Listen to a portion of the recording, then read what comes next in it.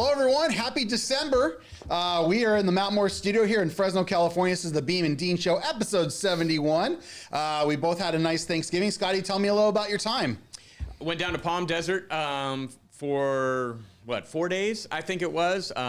Kind of a Monday through Thursday. Drove back on Friday, back for high school football and, the big sports weekend that we had here in the Valley. But yeah, it was fun. Stayed with my in-laws down there, and they have a 2-bedroom, Palm Desert place on a golf course. Sweet. It's very nice. Got a 9 holes in one day, a few putting contests, just spent some time with some family. It was nice. Yeah, and then recapping really quick, what Scott just kind of caught me up on. So he gets back and he's got a high school championship Friday. He's got the Fresno City playoff game in San Mateo on Saturday. Correct. He had the return to Selland game and pregame show yesterday, followed by Bulldog Insider. So nothing really going on the weekend, huh? No, it was Thanksgiving week is one of the best sports weeks of the year, if not the best. I mean, you could argue as a week, right, that it might be, considering, we're college basketball junkies, you and me, with all those college tournaments that are going on Monday through Wednesday, and then, Thanksgiving football, all that stuff. But I've never had this busy of a Thanksgiving work weekend. I mean, it was jam-packed. It was jam-packed for sure. So I might have a little bit of the 48-hour shadow going right now, Dean. Let's get into a couple of these things. One of them you covered in person, and one I'm sure you were watching. So Dogs football, good. Really good finish at San Jose on Saturday night. Dogs basketball, not so good. Sunday afternoon at the return to selling game. Exciting atmosphere, but disappointing ending. But you want to recap either one of those real quick? Let me start with the basketball game because it's what just happened yesterday. And excuse me, Dean. Yeah, sure. But I think there's 2 things in play here. One, it was a cool event. It was a very cool event. We didn't know what to expect as far as how would the Valley come out and support this. The Sunday after Thanksgiving at 3 p.m., kind of a weird time it seemed like, like to get out and go watch a college basketball game.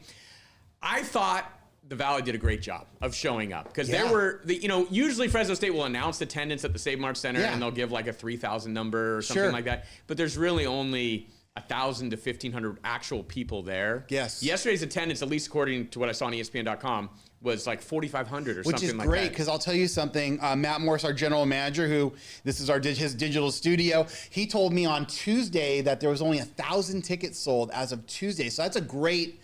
Yeah, I mean, I don't know if there were actually that many people there. I don't know the exact number of people, but there were at least 3,000, 3,500 people there for sure. I had some friends there that said they thought about 4,000. Yeah, so that attendance mark would be correct. Sure. And you could feel the energy in that place because everybody was pretty much sitting, on the lower level. There were, just to give you an idea, there were people in the upper decks there. Yeah, nice. They needed the upper decks, which is always a good sign for Fresno State hoops. So it's 2 things here. The event was cool. Right? There was an energy in the building. The first half, people were into it. The crowd was making an impact on a game, which it's been a while, right? Since they really made an impact at a Fresno State basketball game. And you had a bunch of old players in the building.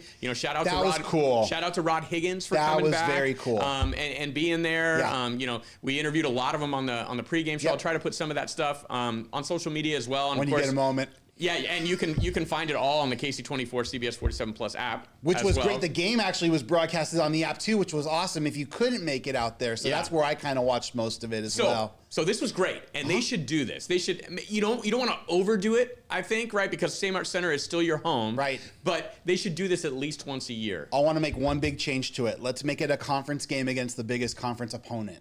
Well, there you go. So San Diego State on a Saturday, as opposed to Bakersfield. On a Sunday during an NFL. My guess is there's probably some hang up there with Save Mart Center, like a contract or something like that. Let's work it out then. But work it out. Yeah, that's your job, right? Is to work it out, or the TV contract or whatever. Let's work it out. Work it out. Because it was cool. It was cool. The bummer is the other side of this. Yeah. They lost. Yeah. And they had an 11-point lead in the second half, and it kind of has been the story of Fresno State basketball.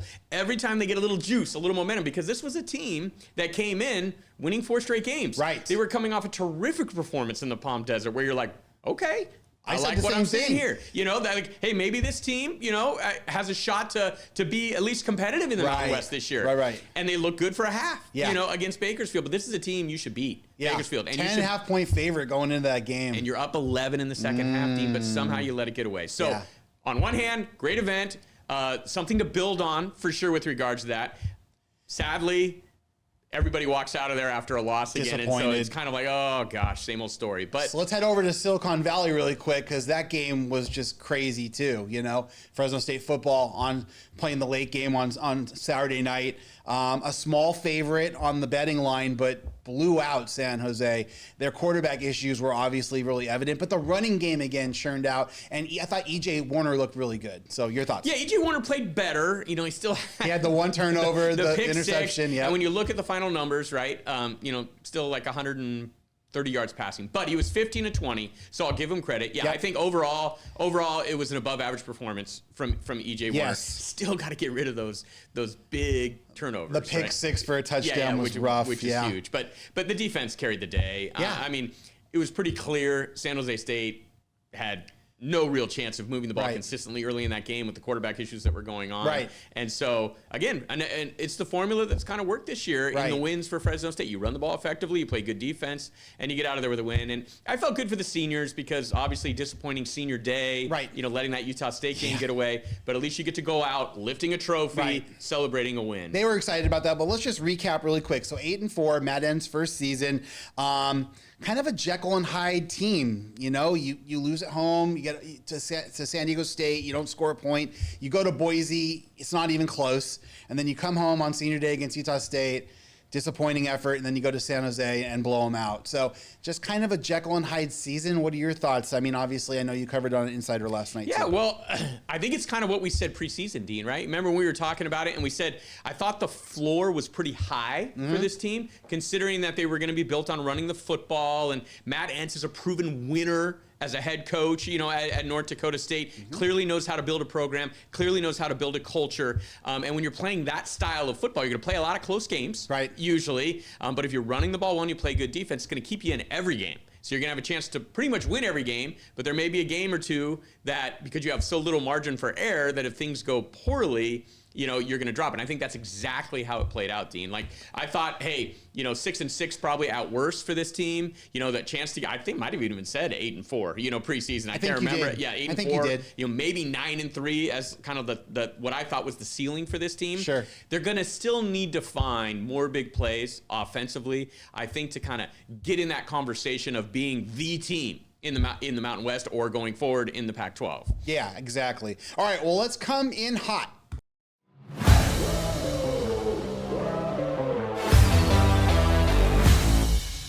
All right, Scotty, back to college football in general. And this is a conversation you and I have had before, but it just seems like it's really elevated now. So we had a bunch of hires over the last 2 days with the soap opera. The biggest one, actually, Lane Kiffin jumping from Ole Miss, leaving a playoff team to go to LSU. Yeah, he wanted to stay, but as you and I both said, there's no way Ole Miss lets that happen. So what I want to get to, though, is just college football in general. No regulation. The wild, wild west continues to get even more crazy.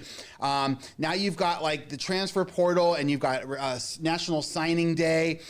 Tampering all over the place, being completely allowed. There's no parental control. We'll say there's no parent in the room to say the NCAA has kind of washed their hands of this whole situation. What, in your opinion, needs to happen here? Well, I think the first thing they need to do, and this just seems like, Captain Obvious checking in here, they need to fix the calendar still. They've made a switch that I think will be helpful as far as moving the transfer portal back a little bit. A little bit. Back to January. But now it still opens, I think, January 2nd or January 3rd, I believe it is. There's still teams playing, right, at that point in time. You still have a championship to win. And let's be honest, Dean, if the portal is opening January 2nd or 3rd, I can't remember the exact date. I think you're right, 2nd, I believe it is. Yeah. Do you think that there's conversations going on in the month leading up to that? Absolutely, right? And that's always going to be the case. It's going to be, some guys know before the season starts, players, that they're going to be transferring at the end of the season, right? So I'm sure they're out kind of shopping themselves a little bit and figuring out what else might be out there. I don't know what the exact solution is, because I'd probably need to talk to some people more involved with the scheduling of college athletics as far as the year-round scheduling goes, with spring ball and off-season workouts and then fall camp and all that stuff. But my one thought is, at the very minimum, move that transfer portal window back to the high school signing day and get rid, even though we thought the early signing period was going to be a good thing, that was pre-transfer portal coming into the conversation, right? Right. And so I think the early signing period, if you want to have an early signing period, fine. Make it back in, before the season starts. So back in like August or something like that. Don't make it on December 3rd on conference championship weekend, right? Just move back to February, or you could even tweak that a little bit more. Maybe you go to a NFL type schedule, right? Where you have that maybe March, early April, something like that. Maybe after spring ball. What about that, Dean? Maybe after spring. I know coaches are going to hate this, right? Maybe just like kind of change spring ball. Maybe move it further back. That's exactly where it needs to be.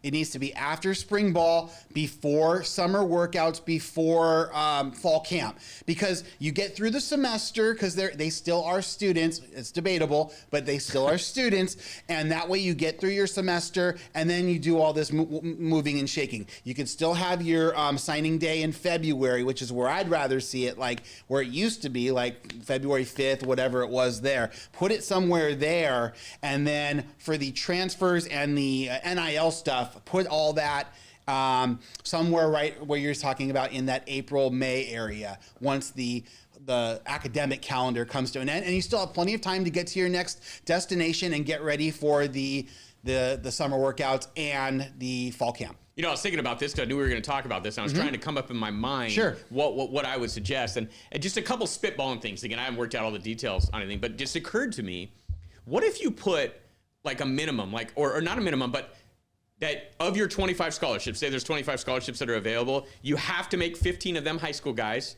and you have 10 that are there for transfer portals if you want to use them. Obviously, you don't have to use all 10 of them if you don't want to, but that there's a like a maximum number, and 15 for high school guys and 10 for the transfer portal. So in a way, to me, that would encourage, because I think one thing that's getting lost a little bit is it's getting harder and harder to come out of high school and get scholarships, which I think is what the initial intent of college athletics was, and scholarships.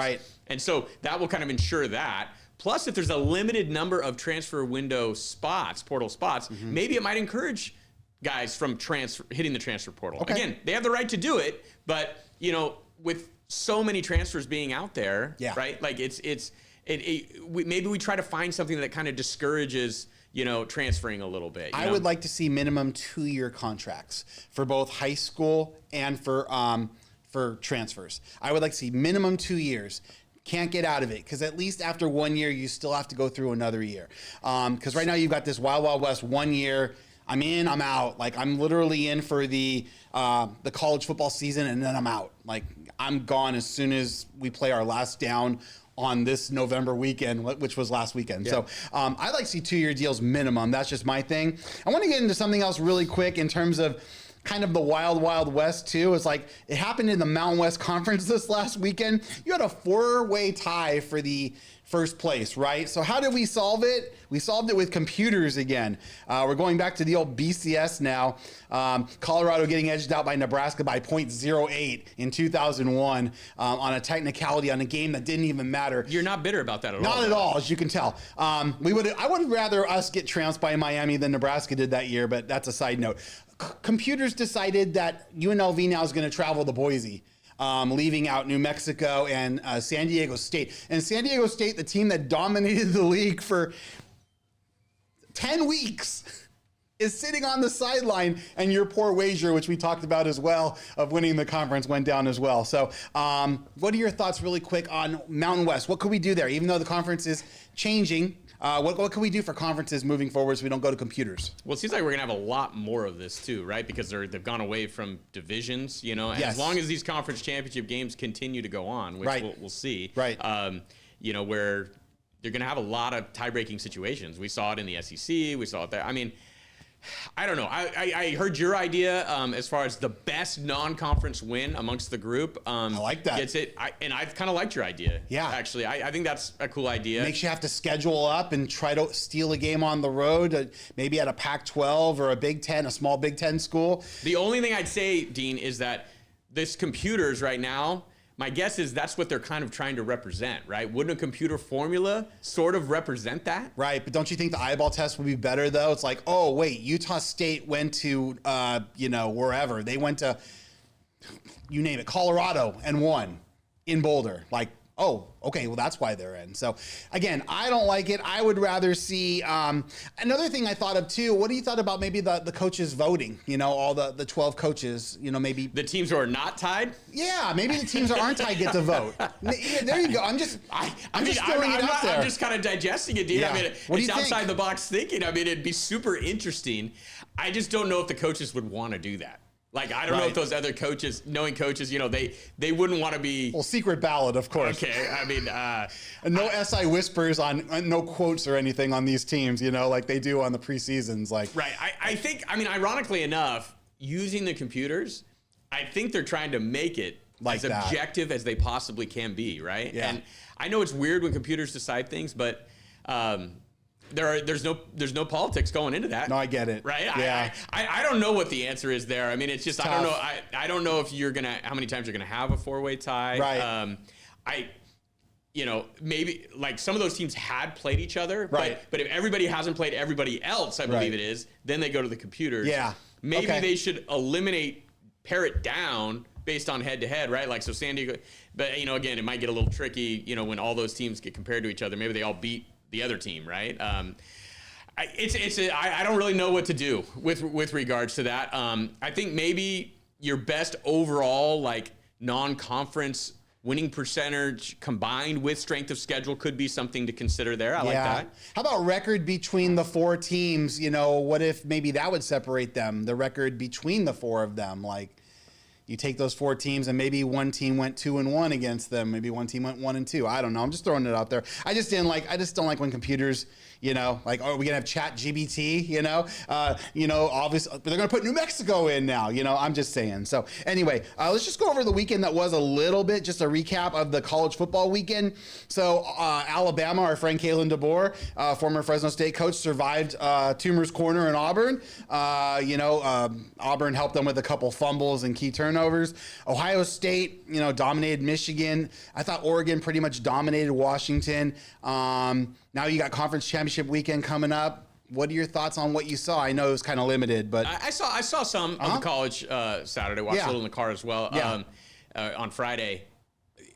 Doesn't it seem like Kalen DeBoer is feeling the pressure there when you watch him? Yeah. I mean, you see him with a big exhale, after that 4th down call. I think he's a great coach. We love Kalen here in Fresno. I'll just be interested to see long term if he stays at Alabama. Because there's some whispers about maybe Penn State. I heard the same thing too, and I was like, out there, is that a better job? Well, it may not be like per se, but I think you could win at Penn State just like you could win at Alabama. And James Franklin might say otherwise. Yeah, I don't know. I mean, it just feels like to me like Kalen DeBoer is feeling the weight of that position on his shoulders right now. I can see James Franklin put his arm around him saying, I won 10 games several years in a row and it didn't matter, So I'll say this about Alabama, and if you've got Kalen DeBoer as your head coach, it's exciting, man, with those play calls that he brings out in 4th down situation. I was really surprised they didn't kick the field goal there. Me too. I would have. But I personally benefited from that. I really did on one of my wagers with a friend from Vegas. So I'll take credit for that. I mean, I had Alabama minus 5.5. So we came through. It was very, very cool. So really quick, and then Ohio State, Michigan. I mean, Michigan jumps out right away. It looks like that might be a game. And then slowly but surely, their lack of passing game, Ohio State's domination in the trenches took over. And is Ohio State arguably the most boring 12-0 team in the history of college football? Not necessarily that don't have exciting players, but it just feels like it's been one of the most just ever since the beginning, the opening game against Texas. It's just like Ohio State just won every week, and it's just kind of been they just they're doing enough obviously to look impressive. They got that defense. They really don't even need to score that many points. It seems like with that defense that they got there. Well, there's some people trying to kind of crowbar Julian Sayin into that Heisman conversation. Yeah, I mean, would you really do it with a freshman to be there? But their midterm is this Saturday. Yeah. Their midterm. I'm going to call it their midterm because they play Indiana. They're definitely getting into the college football playoff, and I'm going to call their final. If they get to if they can repeat, basically. Yeah. So, and I brought it up to you, but just when you think back to a year ago, right after the Michigan loss, Great Ryan Day point. loses a playoff game he's probably out, I think, at Ohio State at that point. He might have gotten James Franklin. Yeah, and here we are. I use that as a verb wins now. a national That's title. a verb. Yeah, exactly. He got Franklin. There you go. ED. And now here we are, Right. another 12-0 season, another favorite, possibly to win back-to-back titles. And I think that speaks sometimes to not being too gut reactionary, and too quick to pull the trigger on a head coach. But we're seeing less and less of that, Scott. I know. Jonathan Smith just got fired from Michigan State. He was there like less than 2 years. It's just crazy. So Deshaun Foster earlier from UCLA was less than 2 years, right? So again, the wild, wild west. So let's just get to the NFL really quick. I know you didn't get to see a lot, but I'll just kind of recap. So you did get to see probably the games on Thursday and Friday, I'm assuming. Definitely I watched the Thursday right. game. So almost all the Lions game. Your Lions bet didn't come through for you. That kind of hurt you with the November contest. I know. But so the Lions disappointing. Couldn't get a stop in that game when they needed to. Critical third or fourth downs. Right. Right. And then the Cowboys Chiefs again. Patrick Mahomes. What about the Cowboys? I mean, talk about a resurrection here. Right. They're and then in the Chiefs mix. now possibly not making the playoffs, and then the Ravens. I don't know if they're going to make the playoffs now. After what happened. So. Crazy Thursday, and then even a crazier Friday. Now the Chicago Bears are like the best team in the National Football League. They control their destiny in the NFC. The number 1 seed, right, as of right now? Right, because the Rams stumbled on Sunday, and so what are your thoughts of the NFL really quick? What do you think? Well, I still don't believe in the Bears as being a legitimate Super Bowl team. I don't know why. Maybe it's because I just haven't watched enough You're of still them not play. there, I okay? didn't get a chance to see the Friday game. Did you see Ben Johnson take his shirt off, Pat McAfee heard style, about it. though? I heard about it. It was good. It was good. But I know that DeAndre Swift is running the ball well, right? And that's huge. And it's kind of people don't realize that with the Lions, right? When Ben Johnson was there, that it was that running attack also that kind of set things up for that Lions offense. And we're kind of seeing the same thing happen a little bit with the Bears. That's a good win. That's a good win for Chicago going in there. And I know Chicago's going to be really, really excited. I mean, they're going to start. There are Bears fans who've been waiting a long, long time for this. But I just still can't. I can't buy into it. I don't think they're going to win the division in the end. I could see them, really, losing this week as well to the Packers. Okay. I like the Packers. I like what I'm seeing out of the Packers. Yeah. I'd have to look at the Bears' schedule remaining. They probably have, some divisional opponents, left. I'm sure. I know they're going to play the Lions again do. as well. But the Rams, that's a tough one for the Rams. Right when you start believing in the Rams too, they let one get away here. Well, again, Matthew Stafford, can't turn the ball over. Turns it over 3 times. Their running game was dominant, and they stopped running the football, which was crazy. Nakua made some amazing catches. Obviously, our own Devontae Adams, 2 touchdowns. I saw you had that on Insider, which was great last night. So we'll see what happens. The Rams still have a tough road. They still have Detroit and Seattle, and they have Arizona twice, which is never easy for the Rams. So a lot to play for still in this NFL. How about this? Could the Bengals, with Joe Burrow now, still make the playoffs? Yes. They're 4-8, right? Yes. There is a path. I could see it. Because that division. Yes. The leaders are the Steelers and the Ravens, right? They're both 6-6, I believe. It just shows how good Joe Burrow is as a quarterback, though, too. So really quick, we had an exciting one on Sunday Night Football. Put your show on a little bit of a delay last night. But Marcus Mariota, wills the Commanders to overtime, only to will them to a touchdown to think you're going to tie the game. They go for 2. And, of course, Denver dials up the perfect blitz to bat the ball down. I'm sure you saw it as you were warming up your vocal cords. I kept warming them up. Kept popping up for the computer to go back to the TV that was in real time and not my TV at my desk, which is 45 seconds behind, to watch those plays. It just shows the margin in the NFL, right? All week long now, you're talking about what a great win for the Broncos and where do the Commanders go from here if you're in D.C. or if you're in Denver. But if Marcus Mariota lobs that pass a little bit higher, because the running back's wide open out there in the flat, it was kind of like a perfect pick play, at that point. It's a whole different storyline, right? And it's just that's how small the margins are in the NFL. And, we talk about overreaction Monday all the time. Well, it's easy to do that in the NFL because one play so often determines, the outcome. Right. Let's go back 3 weeks. The Broncos are down, 17 to the Giants at home? And they come back and win that game, and all of a sudden now they've got 10 wins? It's just crazy. The NFL is just crazy right now. There's just so many possibilities. There's so many angles you can go with it. It's just insane. So any last thoughts on NFL before we get to money plays? No, I don't have any money plays this week, so I'm interested to see what you got. I got one lean that maybe I'll make it a money play as we get into the segment, but go ahead. All right, well, here we go. Here's our money plays.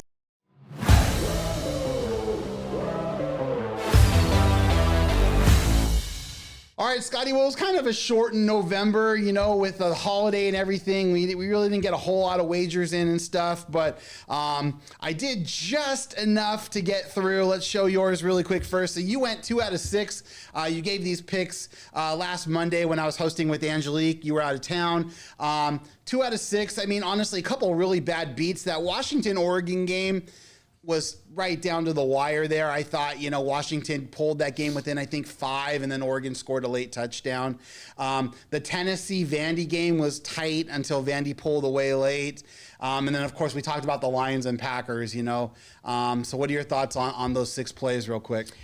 Yeah, I mean, I think in hindsight, Pitt was a bad play considering the situation. Miami needs to look impressive, needs style points in that game, and that's exactly what they did. Didn't get a chance to watch the Washington Oregon game, caught the last fourth quarter on the drive back from San Mateo on the radio. Yeah. Not sure how the game played out, but I heard a lot of people all week long liking Washington game. Sometimes that's the kiss of death, on a team. They were there. They were right there. I watched it. They were right there. I was nervous. I was like, because if you got that one, I think we'd be a little closer. But probably just still not believing in Vandy. Maybe I should, at this point. Diego Pavia. Do you think he's got a shot at the Heisman?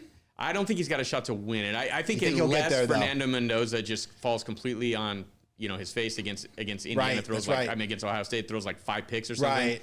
I think the award's his, even if they lose can you a close imagine game. Indiana football getting a Heisman Trophy? Right, wow. right. But, Minnesota, that turned out to be a good pick. Lions money line, I'd still make it again. Just critical plays, critical situations, couldn't get it done. And then Texans, that was an easy cover in the end. Going to give you one play here, Dean. I am going to give you a play. Okay, give me a play. I'll figure out the number that I'm putting on it later. Okay, but that's fine. My only initial reaction looking at the lines 5 minutes before showtime, looking at the college lines this week, give me UNLV plus 3.5 against Boise State. Okay. I think UNLV might be the better team than Boise State. They lost to them during the regular season. It's a rematch. Sometimes it's hard to beat a team twice. I like what UNLV's doing right now, and so give me them plus 3.5 in the Mountain West We'll title add game. that to Thursday's wagering because Scott will have more plays on Thursday. So, all right, let's get into mine really quick. An 0 for 9. I survived it. I survived an 0 for 9. Still had positive money for the month, 1,043. I kept the wagers. But listen, I mean, some of these, look at them though. I mean, I got to go over some of these really quick. So you look at number 9 in particular. Colts lose. Jaguars, Seahawks, Chargers all easily win. The Colts cost me. Number 8, the Lions cost me. Otherwise, let's see, what was it? The Raven, no, actually 8 wasn't good either. So number 7, Virginia, Alabama, North Carolina State, Hawaii all win. SMU loses to Cal in overtime. Again, I mean, just the way these parlays kind of work a little bit, right? So Kansas State easily beats Colorado, but Colorado doesn't lose by more than 16.5. It's just the way wagering kind of goes, you guys, sometimes. I didn't even know that you went against your club there. I had to, honestly, because we weren't even starting our marquee quarterback. We benched him because of redshirt. By the way, you believe in what Deion's saying right now? I do. I'm going to give him one more year. I think he's got to turn around. He's got to make major changes. And I think he's got to change his recruiting style a little bit. I'd like to see Deion go on the road and visit some of these high school kids, which is something he's been adamant he has not done and will not do. I think that might change moving forward here. And then obviously we need to hit the portal hard. With an emphasis on the microphone there. So, all right, here's what I got. I'm firing, though. I got 6 plays. They're all tonight. I've got an NHL parlay really quick, Devils, Ducks, Jets. I've got the Patriots. I bought it down to 6.5 over the Giants. Drake May, need him to score some points tonight to win my fantasy game. Me too. Yep. Oh, not Drake May. Sorry, I need Jackson Dart. No, Jackson Dart. And then I got a couple of NBAs real quick. And then I want to point out number 6 really quick. Cal Baptist going to Boulder tonight. I took Cal Baptist plus 12.5. They are undefeated. They went into Oregon State over the weekend and beat them by 10. Really? They're playing undefeated Colorado, who just came off winning the Palm Springs tournament, beat Washington.